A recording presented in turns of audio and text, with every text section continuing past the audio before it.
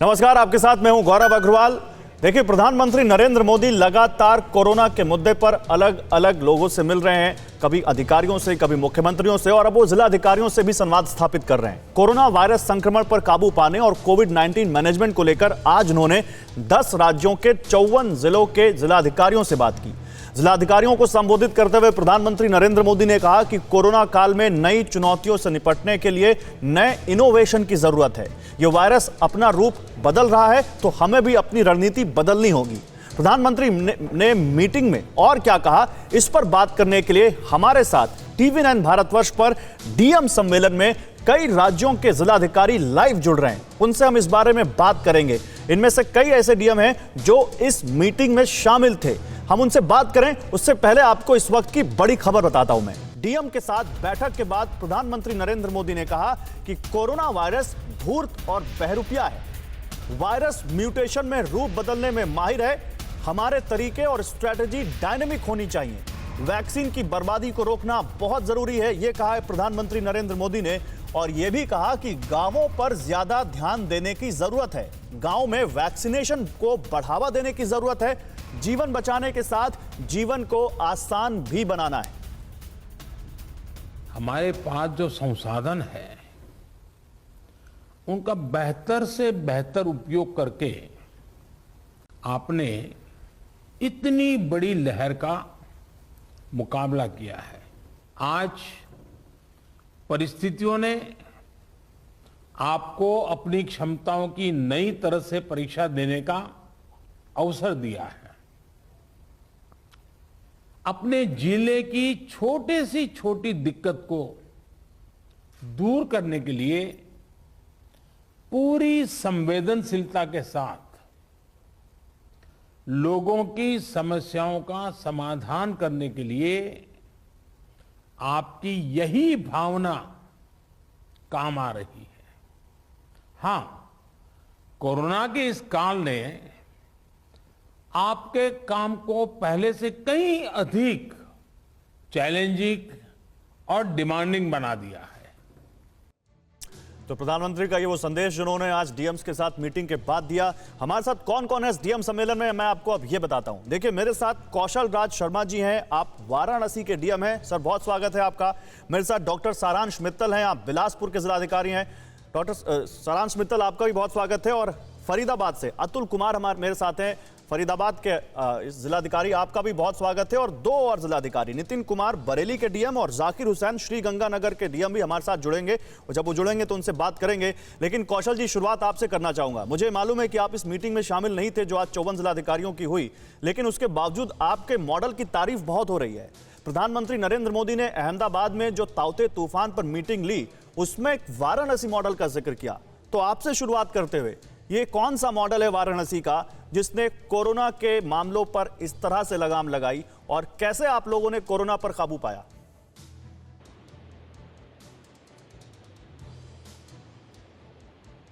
का स्वयं ही मार्गदर्शित मॉडल है। माननीय प्रधानमंत्री जी के द्वारा गत 15 अप्रैल को ही जब कोविड वेव पीक पर आ रही थी, उसी समय जिला के अधिकारियों के साथ वीडियो कॉन्फ्रेंसिंग की गई थी। और उससे भी पहले अप्रैल फर्स्ट वीक से ही उनके मार्गदर्शन मिलने शुरू हो गए थे। पीएमओ के जितने अधिकारी हैं वो सारे मार्गदर्शन देने में लगे हुए थे। साथ ही माननीय मुख्यमंत्री जी भी पिछले 1.5 महीने में यहाँ 3 बार स्वयं विजिट कर चुके हैं। उन्हीं के द्वारा दिया गया मॉडल था कि हम लोगों को अब की बार बड़े कंटेनमेंट जोन ना बना के, विशेष बड़े लॉकडाउन ना लगा के और पूरी तरह से सारी बंदी ना करके हमें माइक्रो कंटेनमेंट जोन बनाने चाहिए। और उसी के अंदर लोगों के मूवमेंट रिस्ट्रिक्ट करते हुए हमें जो कोविड के इन्फेक्शन का प्रचार प्रसार है वो रोकना चाहिए। उसी माइक्रो कंटेनमेंट जोन के प्रिंसिपल पे हम लोगों ने काम किया। और पिछले 1.5 महीने में काम करने का नतीजा ये हुआ कि वाराणसी में बहुत बड़ा लॉकडाउन, या पिछली बार जैसे 100% सब चीजों की बंदी हुई थी, उसको किए बिना व्यापारियों के सहयोग से, जन सहयोग से और बाकी जो पार्षदगण है या जनता के सहयोग से उन माइक्रो कंटेनमेंट जोन्स की प्रिंसिपल को अप्लाई किया गया। निगरानी समितियों को एक्टिवेट किया गया। शहर की मेयर, नगर आयुक्त और इसमें जो पुलिस है उसके व्यापक विशेष रूप से सहयोग इसमें रहा। और ग्रामीण स्तर पर जितनी भी हमारी प्रशासनिक मशीनरी है उन सबका नतीजा ये हुआ कि हम लोगों ने छोटे जोन्स बनाए, लोगों की मूवमेंट को रिस्ट्रिक्ट किया। इन्फेक्शन के स्प्रेड होने में उससे बहुत बड़ा कंट्रोल का हमको एक नतीजा मिला। उसी के साथ माननीय प्रधानमंत्री जी के द्वारा उसी समय बताया गया था कि एकीकृत कोविड कमांड कंट्रोल सेंटर जनपद में होना चाहिए, जो वन स्टॉप सॉल्यूशन हो और जहां पे सारी चीजें एक साथ एक छत के नीचे डील की जाएं। उसकी भी व्यवस्था को बहुत सुदृढ़ किया गया। एक रिस्पॉन्स सेंटर बनाया गया, वरिष्ठ अधिकारियों की अलग टीम के साथ साथ कई प्रकार की टीम्स हम लोगों ने उसमें बना के एकीकृत रूप से उसको चलाया, जिसका नतीजा ये रहा कि हॉस्पिटलाइजेशन से लेके एम्बुलेंस मैनेजमेंट और लोगों की कॉल्स, मेडिसिन डिस्ट्रीब्यूशन से लेके सारी चीजें वो की गई। इन दोनों कार्यों के बारे में माननीय प्रधानमंत्री जी का ही मार्गदर्शन प्राप्त हुआ था और उसी का नतीजा है कि अब उससे अच्छे परिणाम निकलने के सामने आए हैं। ठीक है। तो परिणामों की तारीफ भी जनता के द्वारा की जा रही है। नहीं, बिल्कुल तारीफ अच्छे काम की होनी भी चाहिए। कौशल जी, आगे भी बात करूंगा कि अब वाराणसी में गांवों की तरफ आप लोगों का क्या फोकस है, लेकिन डॉक्टर सारांश मैं आपके पास आना चाहूंगा। सारांश जी, क्योंकि प्रधानमंत्री ने इससे पहले जो जिलाधिकारियों की मीटिंग हुई उसमें आप लोगों को फील्ड ऑफिसर बताया और ये बताया कि एक जिला जीतता है तो देश जीतता है। आज उन्होंने कहा कि वायरस म्यूटेट करके अपना रूप लगातार बदल रहा है, तो हमें भी इनोवेटिव रहना है, हमें भी अपनी रणनीति बदलनी है। तो आपका अनुभव क्या कहता है, कैसे आप लोग इस वायरस पर लगाम लगाने के लिए इनोवेशन करते हैं और कैसे, क्या आप जो प्रधानमंत्री का संदेश है और जो आपका अनुभव है, क्या कहेंगे उस पर? देखिए, सबसे पहले तो मेरी आवाज आपको ऑडिबल है? जी बिल्कुल है जी। सबसे पहले तो मैं यहाँ बताना चाहूंगा, आज माननीय प्रधानमंत्री जी के द्वारा जो वीडियो कॉन्फ्रेंसिंग की गई उसमें सारी चीजें जो हैं आप सब लोगों ने अभी कार्यक्रम की शुरुआत में वो बता भी दी। और हमारे जिले के अंदर जो सेकंड वेव का जो हमें देखने के लिए मिला था, इंक्रीज था, वो around second week of April था, जो कि अभी कुछ केसेस में डिक्लाइन आना स्टार्ट हुआ है। तो लगभग एक माह हमारा जिला जो है इस संक्रमण से बहुत ज्यादा प्रभावित था। इसमें हमें सबसे पहले माननीय मुख्यमंत्री जी जो हैं हमारे प्रदेश के, उन्होंने लगातार स्वयं सारी वीडियो कॉन्फ्रेंस करके सभी जिलाधिकारियों को रणनीति और मार्गदर्शन लगातार प्रदान करते रहे हैं। और वो रणनीति जैसे मैं आपसे आगे शेयर करूंगा, वो उसी का रिजल्ट है कि हमारे सामने सकारात्मक परिणाम जो है अब सामने देखने के लिए मिल रहे हैं। जो आपने इनोवेशन की बात की, तो हर एक स्टेज पे इनोवेशन और जो परिस्थितियां हर जिले की, हर प्रदेश की अलग होती हैं, उस हिसाब से कुछ कस्टमाइजेशन करने की आवश्यकता भी रहती है। हमने भी वो की है। हमारे जिले में मेन प्रयास जो था वो अर्ली आइडेंटिफिकेशन ऑफ पेशेंट्स पे था। ये देखने में आया है कि पेशेंट्स बहुत जल्दी आइडेंटिफाई होकर उनको आइसोलेट कर दिया जाए, चाहे होम आइसोलेशन हो या उनको कोविड केयर फैसिलिटी में ला दिया जाए, तो वो कम्युनिटी में यदि उनका आना जाना कम रहेगा तो संक्रमण फैलाने के लिए वो जो एक डर बना रहता है और जो बढ़ने की संभावना रहती है वो अत्यधिक बहुत कम हो जाती है। इसके लिए हम लोगों ने कंटेनमेंट जोन जो है वो समय समय पर जहां पे आवश्यकता बनी वो बनाए। और इसी का एक सबसे बड़ा रिजल्ट ये है कि सेकंड वेव इतनी भयावह होने के बाद भी हमारे 85 ग्राम पंचायतें जिले में ऐसी हैं जहां अभी तक एक भी कोरोना का मरीज हमारे को अभी तक नहीं मिला है। बहुत अच्छी बात। अर्ली आइडेंटिफिकेशन के बाद में जो हमारे ट्रीटमेंट है वो दो प्रकार के हैं, होम आइसोलेशन है या वो किसी कोविड केयर फैसिलिटी में मरीज को रख के हम उसका उपचार करेंगे। इस वेव में हमने ये देखा है कि अराउंड 90% जो लोग हैं वो होम आइसोलेशन में रहते हैं। तो यदि होम आइसोलेशन की व्यवस्था को हम लोग ढंग से एग्जीक्यूट कर पाते तो पेशेंट्स की जो केस फर्टिलिटी है वो भी कम होती और अननेसेसरी बाहर वो यदि निकले या और लोगों को संक्रमित करें ऐसी संभावना नहीं बनती। ठीक है। इसके लिए हम लोगों ने 50 टीमें ऐसी, जिसमें एमबीबीएस एमडी डॉक्टर्स और आयुष के डॉक्टर्स थे, उनके मार्गदर्शन में लगातार प्रोएक्टिवली वीडियो कॉन्फ्रेंसिंग और अन्य आजकल व्हाट्सएप वीडियो कॉल्स हैं, स्काइप वीडियो कॉल्स हैं, हमने वीडियो कॉल्स करके सभी पेशेंट से प्रोएक्टिवली संपर्क साधा और उनसे लगातार बात करते रहे और क्या एहतियात उन लोगों को बरतने हैं ये हम बताते रहे। और इसी के साथ में ऑक्सीजन सैचुरेशन भी ये टीम्स मॉनिटर करते रही और जैसे ही 94% सैचुरेशन से किसी की ऑक्सीजन कम होती थी तो तत्काल स्थानीय प्रशासन से संपर्क करके उन लोगों को हॉस्पिटल्स में, मतलब आपकी बात का मतलब है निकालें सारांश जी कि आप लोगों ने शुरुआत से ही ना इस चीज को भापा बल्कि गांव पर भी पूरा फोकस किया, जिसका आज आप लोगों को फायदा मिल रहा है। मैं आता हूं, आपने बोला ना कि रणनीति अभी और आपसे डिस्कस करेंगे इस पर, लेकिन क्योंकि अब मेरे साथ अभी फरीदाबाद से अतुल कुमार जी भी हैं। अतुल कुमार जी, देखिए मुझे लगता है आप लोगों के लिए चुनौती डबल थी। एक तो दिल्ली से सटे हुए थे और दिल्ली में संक्रमण की दर काफी ज्यादा देखने को मिल रही थी, फरीदाबाद में भी केसेस बहुत मिल रहे थे, लेकिन फरीदाबाद में आप लोगों ने ऐसा क्या किया कि आप लोगों ने वहां संक्रमण पर काबू पाया और क्या चुनौती फरीदाबाद में अलग थी जो कहीं और नहीं थी? और प्रधानमंत्री से जो आज संवाद हुआ उसमें आपने क्या कुछ रखा अनुभव या प्रधानमंत्री की तरफ से आपको क्या मिला संकेत, संदेश? Thank you very much. मेरा नाम यशपाल यादव है, मैं अभी डीसी फरीदाबाद हूँ। और माफ कीजिएगा सर, आज की जो मीटिंग थी बेसिकली माननीय प्रधानमंत्री जी ने ना केवल डायरेक्टली फीडबैक भी लिया बल्कि पूरे देश से जो चीजें उनके तक पहुंचती हैं वो भी उन्होंने शेयर की और अपनी इंस्ट्रक्शंस सबको जारी की। सभी लोगों से जो बात की, एक्सपीरियंस शेयरिंग हुई, इससे एक बात बिल्कुल स्पष्ट तौर पर सामने आती है कि 90% लोग एक ही तरह से एसओपीज फाइनलाइज हो गई हैं, उसी तरह से काम कर रहे हैं। लेकिन बाकी थोड़ा हिस्सा ऐसा होता है कि आपको लोकल डिमांड के हिसाब से, रिक्वायरमेंट के हिसाब से अपने आप को मॉडिफाई करना पड़ता है। फरीदाबाद बड़ा यूनिक है इस मामले में कि हम दिल्ली के साथ में भी सटे हुए हैं, इंडस्ट्रियल टाउन है और पॉपुलेशन बहुत ज़्यादा है। और विशेष तौर पे पॉपुलेशन डेंसिटी की बात करें तो ये बहुत हाई डेंसिटी वाला शहर है और काफ़ी लोग ऐसे हैं जो 7 लाख से ज़्यादा एग्जैक्टली मैं कहूँ तो, जो झुग्गी झोपड़ी में रहते हैं। तो ऐसे शहर के अंदर सिर्फ एक ही चीज़ हमने देखा शुरू के अंदर कि लोगों तक हम जल्दी पहुँचें और उनको जल्दी आइडेंटिफाई करें, जैसे कि मेरे से पहले भी स्पीकर यही बात आपको कह रहे थे। उसके लिए ये बड़ा जरूरी था कि हम अपनी कैपेसिटी को बढ़ाएं। इसलिए टेस्टिंग जो कैपेसिटी थी हमने अपने डिस्ट्रिक्ट के अंदर ही बढ़ाई, आरटी-पीसीआर की कैपेसिटी हमारी इंक्रीज हुई। और जब लोगों को हम टेस्ट करने के बाद में उनसे बात कर रहे थे, 90% लोग होम आइसोलेशन में रहते हैं, उनको हमने घरों में किट प्रोवाइड करवाई जिसके अंदर पल्स ऑक्सीमीटर हैं, थर्मामीटर्स हैं, स्टीमर है, जरूरी मेडिसिन थी। और इसके अलावा इंपॉर्टेंट चीज फरीदाबाद ने शुरू से ये की कि जिनको भी ऑक्सीजन की जरूरत थी उनको घरों के अंदर ही ऑक्सीजन प्रोवाइड करवाई ताकि पैनिक ना हो। और उसके अलावा लोकल एरिया कमेटीज बनाकर हर जो इलेक्शन के लिए हमारा एक बूथ का जितना एरिया होता था उतने एरिया के अंदर ऑफिशियल्स वहां पर रखे गए और उनको प्रत्येक दिन जो भी लोग पॉजिटिव आते थे उनके नंबर लेकर वो बात करते थे और मेडिकल ऑफिसर्स की टीम उनको जिनको जरूरत होती थी उनको विजिट करते थे और उनके नजदीक के अंदर कोविड केयर सेंटर के अंदर ऑक्सीजन बेड्स प्रोवाइड करवाए गए। अगर उनको फर्दर रिक्वायरमेंट होती थी तो पर्टिकुलर एरिया को पर्टिकुलर हॉस्पिटल्स असाइन किए गए, उनके अंदर लेकर उनको रेफर किया जाता था। तो इस तरह से लोगों को शामिल करके और नीचे के लेवल तक ऑफिशियल्स को ले जाकर माइक्रो मैनेजमेंट के द्वारा लोगों के अंदर एक फेथ क्रिएट किया गया कि अगर आप पॉजिटिव हैं, आपको सिम्टम्स है तो टेस्ट करवाएं और टेस्ट के बाद में अपना ट्रीटमेंट करवाएं। उनके जितने भी कांटेक्ट होते थे उनको ट्रेस किया जाता था, उनको टेस्ट किया जाता था, आइसोलेट किया जाता था। और यही नतीजा रहा कि 29 अप्रैल को इस जिले के अंदर 2900 केसेस थे और आज से 4 दिन पहले ये केसेस 500 से भी नीचे आ गए। हमारी जो पॉजिटिविटी रेट थी वो 46% थी 29 अप्रैल को और 4 दिन पहले। ठीक है यशपाल जी, मतलब आपके इस अनुभव को और आगे बात करेंगे इस पर कि गांवों पर अब आप कैसा फोकस कर रहे हैं, कैसे, क्योंकि गांवों में संक्रमण दर काफी फैल रही है। लेकिन इस वक्त मेरे साथ नीतीश कुमार जी भी आ चुके हैं, जिलाधिकारी बरेली। सर आपका भी बहुत स्वागत है। और नीतीश जी, मैं क्योंकि मुझे जहां तक जानकारी है आपने प्रधानमंत्री जी को बताया कि क्या इस वक्त आप लोग कैसे संक्रमण से लड़ रहे हैं, कोरोना के संक्रमण से, और आपने उनको पूरी जानकारी दी।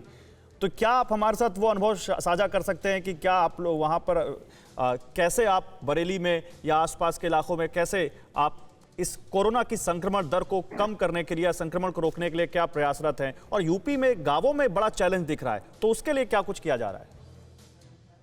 सबसे महत्वपूर्ण हम लोगों ने बताया कि कैसे निगरानी समितियां जो हमारे ग्रामीण क्षेत्र में काम कर रही है और कैसे हम लोग अपने निगरानी समितियों के माध्यम से, सर्वेलेंस टीम के माध्यम से हम लोग डोर टू डोर सर्वे कर रहे हैं। जो यूपी में माननीय मुख्यमंत्री के निर्देशन में चल रहा है, डोर टू डोर सर्वे हम लोग कैंपेन कर रहे हैं और जो भी हमारे सारी ILI के और सिम्टोमेटिक केसेस आ रहे हैं उसको चिन्हित करते हुए उसको हम लोग विदिन 20 आवर्स से उसको हम लोग सैंपलिंग करा रहे हैं। मोबाइल टीम भेजकर RRT टीम के माध्यम से हम लोग सैंपलिंग करा रहे हैं। उसमें हम लोग सबसे सर्वप्रथम एंटीजन टेस्ट कराते हैं। अगर एंटीजन टेस्ट पॉजिटिव आता है तो हम लोग पहले उसको मेडिकल किट देते हैं और इसको आइसोलेट करते हैं और उनको अगर हम लोग FPO2 मेजर करते हैं, FPO2 के अनुसार हम देखते हैं कि उसको मरीज को हॉस्पिटल में जाना है या होम आइसोलेशन में जाना है। तो पूरी तैयारी हमारी रहती है। अगर जिनका निगेटिव आता है लेकिन सिम्टोमेटिक केसेस होते हैं उनके लिए RT-PCR की व्यवस्था भी हम लोग मोबाइल फोन में रखते हैं और तत्काल फिर RT-PCR भी करते हैं। तो इस अनुसार हम लोग प्रोटोकॉल निर्धारित किए हुए और हमारा जो ICCC जो कंट्रोल रूम है उसके माध्यम से सारी सूचनाएं दी जाती है। उसके बाद जो भी होम आइसोलेशन में रहते हैं उनको डॉक्टर्स, हमारे डॉक्टर्स 44 डॉक्टर्स की टीम लगी हुई है।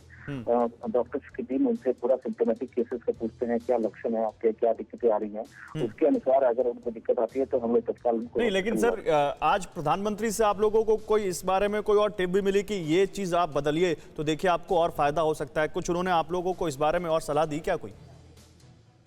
नहीं, निगरानी समिति द्वारा बात की गई। हम लोग को पॉजिटिविटी जो हमारे यहाँ अप्रैल में 38% पॉजिटिविटी पीक टाइम में, वो हम लोगों ने फिर अभी आज के डेट में 2.5% पॉजिटिविटी है और तो माननीय प्रधानमंत्री जी ने पूछा कि किस आधार पर आप लोगों ने कैसे किस तरीके से कर किया, तो हम लोगों ने पूरी स्ट्रैटेजी बताई और इस स्ट्रैटेजी से हम लोग कम करने में काफी सहायता मिली है। और सामुदायिक सहभागिता जो भागीदारी है जो ग्रामीण स्तर पे सभी जो हमारे एएनएम, आशा, आंगनबाड़ी, रोजगार सेवक सब लोगों ने, प्रधान सचिवों ने मिलकर जो बेहतर कार्य किया, तालमेल विभिन्न विभागों के बीच में जो तालमेल बना है उससे हम लोगों ने काफी सफलता प्राप्त किया ग्रामीण क्षेत्र में। और लगातार ये जारी रहेगा हम लोग का सर्वे, और हम लोगों ने 8-9 दिन का रोस्टर बनाया हुआ हर एक ग्राम के हर एक क्षेत्र। मैं इसी बनाऊंगा क्योंकि तीसरी लहर आने का भी खतरा, अंदेशा जताया जा रहा है नीतीश जी, ये कहा जा रहा है कि तीसरी लहर आएगी। कौशल जी, सवाल अब इसी से जुड़ा हुआ है। देखिए, अभी भी गांवों में बड़ी भ्रांतियां हैं वैक्सीनेशन को लेकर। यूपी के कुछ इलाकों से, आपके यहाँ से नहीं लेकिन कई जगहों से खबरें आई कि गांव वाले वैक्सीन लगवाने वाले नहीं लगवा रहे हैं, या जो लोग उनको जागरूक करने जा रहे हैं उनके साथ दुर्व्यवहार कर रहे हैं, उनको भगा दे रहे हैं। तो इसको लेकर क्या चैलेंज दिखता है आपको? और जो सीएचसीज हैं, पीएचसीज हैं, इनका कितना रोल है गांवों में संक्रमण को रोकने के लिए, और उस पर कितना फोकस है आप लोगों का? पिछली जो कोरोना की वेव थी उसका ग्रामीण स्तर का जो स्प्रेड था वो बहुत कम था। इस बार भी जब ये स्प्रेड शुरू हुआ सेकेंड वेव में, तो शुरुआती 2 हफ्ते में कोई भी रूरल स्प्रेड नहीं हुआ करता था। कुछ 8-10 गांव हुआ करते थे जिनमें स्प्रेड था, तो रूरल रिसोर्सेज उन गांव में कंसंट्रेट कर दिए गए थे। लेकिन अप्रैल के 3rd वीक से देखने में आया कि ग्रामीण क्षेत्रों में भी संक्रमण ज्यादा फैलने लगा है। उसी टाइम से हम लोगों ने गाँव में एक्टिविटी बढ़ाई। हमारी जो RRTs होती है होम विजिट के लिए, उनकी संख्या, टेस्टिंग की संख्या, व्हीकल्स की संख्या, और सीएचसी के अलावा जो पीएचसी, एडिशनल पीएचसी होते हैं वहां दवाई वितरण, और वहां भी हम लोगों ने स्वास्थ्य के रिसोर्सेज बढ़ाए। लेकिन ये वेव इतनी ज्यादा एक बार गांव में फैली कि जब शहर हम लोग ऑक्सीजन के बेड अवेलेबल कराने के लिए चैलेंज में थे, उसी समय स्प्रेड गांव में भी चालू हुआ। उसके दौरान हमने देखा कि टेस्टिंग और जो ट्रैकिंग हम लोग करते हैं, अगर उसमें करेंगे और उसके बाद ट्रीटमेंट शुरू करेंगे तो इसमें काफी विलंब हो जाएगा। इसलिए ट्रीटमेंट वाली स्टेज को हमने प्रीपोन करके गांव में वृहद मेडिसिन किट डिस्ट्रीब्यूशन का अभियान चलाया। और जैसे ही यूपी में सारे पंचायत इलेक्शन की कार्रवाइयां समाप्त हुई, 3 मई से उसको इंटेंसिफाई करते हुए अब नतीजा यह कि पिछले 2 हफ्ते में 95,000 लोगों को सिम्टोमेटिक ढूंढ के उनको मेडिसिन किट डिस्ट्रीब्यूट की जा चुकी हैं। और जो वहां पर अगर ग्रामीण इलाकों में ऑक्सीजन की दिक्कत आती है, क्योंकि देखिए बड़े शहरों में या शहरी इलाकों में अस्पतालों में ऑक्सीजन की सुविधा, तो वाराणसी में वो भी खबर आई थी, लेकिन बाद में स्थिति सुधरी। ग्रामीण इलाकों में अगर जरूरत पड़ती है तो उसके लिए भी इंतजाम है आप लोगों के पास? वाराणसी में जैसा मैंने बताया कि जैसे हम लोगों ने शहर को कंट्रोल किया, वही से मॉडल फिर हमने गांव में अडॉप्ट किया। मेडिसिन डिस्ट्रीब्यूशन का वृहद अभियान चला के इन्फेक्शन की रेट को कम किया गया। इसके बाद ऑक्सीजन के बेड की रिक्वायरमेंट जैसे ही शहर में सैचुरेट हुई, हमने गांव की सभी सीएचसीज पे भी 5-5 ऑक्सीजन कंसंट्रेटर देके वहां पे ऑक्सीजन बैंक बना दिया है। सारी सीएचसीज है कि ऑक्सीजन के पाइपलाइंस के लिए टेंडर जारी हो चुके हैं। सीएसआर में सभी के ऑक्सीजन प्लांट्स हैं वो टाई अप किए जा चुके हैं। गांव के और भविष्य में आगे 6 महीने के लिए प्रबंध करने के लिए जो हेल्थ रिसोर्सेज हैं उनके अभी से हम लोगों ने मोबिलाइजेशन शुरू कर दिया है। मैं इसी पर बात आगे बढ़ाता हूं। डॉक्टर सारांश मित्तल हमारे साथ हैं बिलासपुर से। डॉक्टर सारांश मित्तल, छत्तीसगढ़ भी वो सूबा है जो सबसे ज्यादा कोरोना से प्रभावित रहा। शुरुआत में अगर देखें महाराष्ट्र, छत्तीसगढ़, यहाँ से केसेस बहुत आ रहे थे। दुर्ग और इन इलाकों से तो बहुत ज्यादा आ रहे थे। तीसरी लहर आने का जो अंदेशा है उसके लिए क्या तैयारियां हैं आप लोगों की? क्योंकि ऑक्सीजन की कमी हो, दवाओं की कमी हो, इलाज की कमी हो, बहुत सारे जगहों से ये दिक्कतें आई। आगे ये दिक्कत ना हो इसके लिए कोई प्लान कर रहे हैं आप लोग? जी बिल्कुल कर रहे हैं, और समझदारी इसी में है कि समय रहते प्लान कर भी लिया जाए। अभी जिस तरह की परिस्थितियां हमें देखने को मिली थी, और हमने बहुत कम समय में जब ये सेकंड वेव आया था, तो हेल्थ इंफ्रास्ट्रक्चर में बहुत वृद्धि हुई है। यहाँ समझने वाली बात यह है कि जितनी भी हेल्थ स्ट्रक्चर में ये वृद्धि की गई है, ये परमानेंट तौर की वृद्धियां हैं। यदि ऑक्सीजन बेड, ऑक्सीजन पाइपलाइंस और ऑक्सीजन रीफिलिंग कैपेसिटी और हमारा डॉक्टर्स का जो रिक्रूटमेंट है, ये सब स्थायी व्यवस्था है। निश्चित तौर पे सारी व्यवस्थाएं, जितना भी हेल्थ इंफ्रास्ट्रक्चर अपग्रेड हुआ है हमारा, ये आगे भी काम आएगा। और लगातार तीसरी वेव को जहन में रखते हुए इसमें हम लोग लगातार और वृद्धि करते भी रहेंगे। और तीसरी वेव में ये भी बात सामने अभी कुछ लोग शेयर कर रहे हैं कि शायद ऐसी परिस्थितियां हों कि जो यंगर पॉपुलेशन है या जो बच्चे हैं, उनमें भी ये वेव उन लोगों को भी ज्यादा अफेक्ट कर सकती है। तो हम लोग ये भी प्रयास कर रहे हैं, जो हमारे नीकूज हैं, पीडियाट्रिक वार्ड्स हैं, पीडियाट्रिशियंस हैं, और जो स्टाफ नर्सेज और पैरामेडिकल स्टाफ पीडियाट्रिक वार्ड्स में कार्यरत हैं, उनको भी ये सब चीजों को कैसे यूज करना है, बेसिक चीजें जो हैं, ऑक्सीजन को हैंडल करना और ऑक्सीजन फ्लो मीटर्स को कैसे देखना, ये सब ट्रेनिंग्स भी हम लोग उनकी अभी से हम लोगों ने स्टार्ट कर दी है, और वहां पे जो इंफ्रास्ट्रक्चर अपग्रेडेशन की आवश्यकता है उनको आइडेंटिफाई करके उस और भी हम लोगों ने कार्य करने का भी स्टार्ट कर दिया। ठीक है यशपाल जी, मैं आपके पास आऊंगा। देखिए, वैक्सीनेशन को भी एक सबसे बड़ा हथियार बताया जा रहा है तीसरी लहर से बचने का, और ये कहा जा रहा है कि तेजी से वैक्सीनेशन किया जाए। हालांकि वैक्सीन की शॉर्टेज हम सब जानते हैं और इस वजह से वैक्सीनेशन उतनी तेजी से नहीं हो पा रहा है जितना हमने देखा था शुरुआत में। क्या ये एक बड़ा चैलेंज दिखता है आपको, और क्या कोई तैयारी आप लोगों की इस लेवल इसको लेकर भी है? हमने पल्स पोलियो को लेकर देश में एक बहुत बड़ा वैक्सीनेशन अभियान देखा है, क्या उस तौर पर भी कुछ देख सकते हैं आने वाले दिनों में? आपने बिल्कुल सही एकदम से सटीक बात पकड़ी है। पल्स पोलियो अभियान जो चलाया गया था बिल्कुल उसी तर्ज के ऊपर इस वाली महामारी के दौरान भी हमने उस पूरे इंफ्रास्ट्रक्चर को यूज किया। और आज के दिन जनवरी में जब हमारा वैक्सीनेशन शुरू हुआ था तो लोगों में थोड़ी रिलैक्टेंस थी, लोग सामने नहीं आ रहे थे, कई तरह की भ्रांतियां उसके बारे में थी। लेकिन जैसे जैसे समय बीता और विशेष तौर पर सेकेंड वेव के बाद में जब डॉक्टर्स की तरफ से बात आने लगी कि जिनको वैक्सीनेशन हो चुका है उनको कम दिक्कतें हो रही हैं, तो लोगों के अंदर काफी उत्साह देखने को मिला। और हमारे जिले के अंदर हमने इस वक्त लगभग 5 लाख लोगों को हम वैक्सीनेशन कर चुके हैं, वैक्सीन लगा चुके हैं, और ये काम 76 लोकेशंस के ऊपर हर रोज जारी है। और हमारे पास एक रोबस्ट इंफ्रास्ट्रक्चर है जिसमें हम बहुत तेजी के साथ वैक्सीनेशन लोगों का कर रहे हैं। और सही अर्थों में अगर कोई फाइनल चीज है जो इस बीमारी को, महामारी को रोक सकती है, तो वो सिर्फ वैक्सीनेशन ही है। और उसके लिए हमारे पास पर्याप्त इंफ्रास्ट्रक्चर भी है, वैक्सीन भी आज के दिन हमारे पास उपलब्ध हैं, और हम तेजी से इस काम को आगे बढ़ा रहे हैं। मैं नीतीश जी अब आपके पास आऊंगा। देखिए, वैक्सीनेशन को लेकर अभी भी ग्रामीण इलाकों में दिक्कतें हैं। क्या आप लोग अपने स्तर पर कोई जागरूकता अभियान भी चला रहे हैं क्या, ताकि जो ग्रामीण अभी भी हिचकिचा रहे हैं, जिनके मन में कोई शंका कोई शक है, उसको कैसे दूर किया जाए, कैसे उनको जागरूक किया जाए? देखिए, हम लोगों ने इसको इस बार जब सेकेंड वेव आया था तो लोगों को वैक्सीनेशन के प्रति जागरूकता बढ़ी है। और आप देख भी रहे हो कि 18 से 44 आयु वर्ग के लोग हैं, काफी उत्साहित हैं, और रजिस्ट्रेशन भी करवाया जा रहा है। और लोग थोड़ा उत्साह के साथ वो लोग रजिस्ट्रेशन करा रहे हैं, और वो लोग सीएससी और पीएससी पे हमारे जो सेंटर्स बने हुए हैं वैक्सीनेशन के ग्रामीण क्षेत्रों में, तो उसमें लोग आ रहे हैं और अपना रजिस्ट्रेशन के अनुसार वैक्सीनेशन भी करा रहे हैं। और इसको फिर जैसे जैसे हमारे पास सप्लाई आएंगे उस तरीके से सब लोग मोटिवेट है। निगरानी समितियां भी लोगों को मोटिवेट कर रही है, और उसमें एएनएम आशा आंगनबाड़ी भी डोर टू डोर कैंपेन कर रही है, और सब लोग तैयार हो रहे हैं। 1-2 लोग करते हैं तो उनको बात की जाती है, समझते हैं वो लोग, और वो जानते हैं कि आज के डेट में वैक्सीनेशन से हमें लाभ मिलेगा तो काफी फायदेमंद रहेगा। लोग उसको एक्सेप्ट कर रहे हैं, और एक एग्जाम्पल भी है समाज। अच्छा नीतीश जी, आप लोगों की तरफ से भी क्या आप लोगों ने भी कोई अपना इनपुट दिया सरकार को? देखिए सर, अगर ऐसा हो सकता है, अगर ऐसा करें तो कुछ और अच्छा हो सकता है। यहाँ हमने अपने अनुभव से ये सीखा है, और उस बारे में उधर से कोई रिएक्शन आया हो? नहीं, जैसे अभी आप लोग बात कर रहे थे पल्स पोलियो अभियान, आप जानते हैं कि भारत में पल्स पोलियो अभियान कितना बेहतर तरीके से संचालित हुआ। हमारे जो मशीनरी है, जो ग्राउंड लेवल मशीनरी है, जो फ्रंटलाइन वर्कर्स हैं, उन लोगों ने इस अभियान को कितने अच्छे तरीके से संचालित किया। तो हमें विश्वास करना चाहिए अपने पूरे सिस्टम पे, और हमारा इतनी बड़ी आबादी का क्षेत्र है, और हम लोग अगर विश्वास से काम करेंगे, आगे बढ़ेंगे, तो हम लोग के पास इतना स्ट्रेंथ है, इतने एएनएम आशा आंगनबाड़ी है और डॉक्टर्स की टीम है, तो हम लोग बेहतर तरीके से कर पाएंगे। मुझे नहीं लगता कि इसमें कुछ समस्या आएगी, और हम लोग जितने भी वैक्सीनेशन है उसको ड्राइव को बहुत अच्छे तरीके से संचालित कर पाएंगे, ऐसा पूरा विश्वास है हमारा। ठीक है सारांश जी, तो क्या क्रक्स रहा फिर इस मीटिंग का? क्या फिर आप लोगों को आखिरी निर्देश मिला कि अब ऐसे काम में जुटना है? देखिए, क्रक्स यही है कि माननीय प्रधानमंत्री जी द्वारा ये बोला गया कि हमारा देश बहुत इसमें प्रदेश है, और हर जगह अलग अलग परिस्थितियां हैं, हर जगह के अपने चैलेंजेस हैं।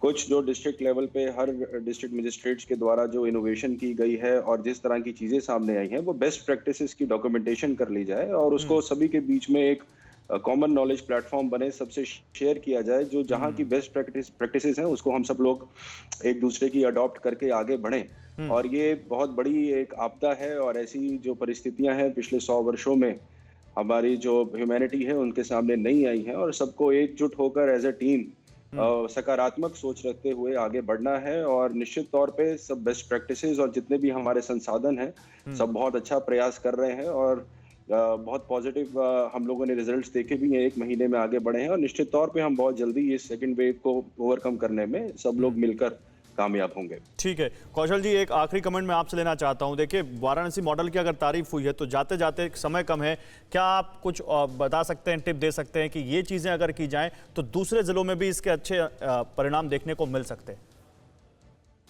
जी, फिलहाल तो जो सेकंड वेव है वो पूरे देश में ही अब कंट्रोल्ड है और इसकी बहुत अधिक तैयारियां पिछले महीने अधिकतर लोग कर चुके हैं। लेकिन माननीय प्रधानमंत्री जी ने जो आगे की दूरदर्शिता का जो मूल मंत्र दिया है कि ये जो वायरस है इसका वेरिएंट जो है वो कोई प्रिडिक्ट नहीं कर पाया है, तो आगे की वेव के लिए हमें तैयारी करनी शुरू कर देनी चाहिए। जैसे उन्होंने कहा और अब की बार हमने देखा भी कि ऑक्सीजन का सडन डिप्रेशन या अलग टाइप की जो थ्रोम्बोसिस है, इस तरह की समस्याएं पहली बार सामने आई। हो सकता है अगली बार वो पीडियाट्रिक लोगों में अफेक्ट करे, हो सकता है वो अलग ऑर्गन्स को इफेक्ट करे।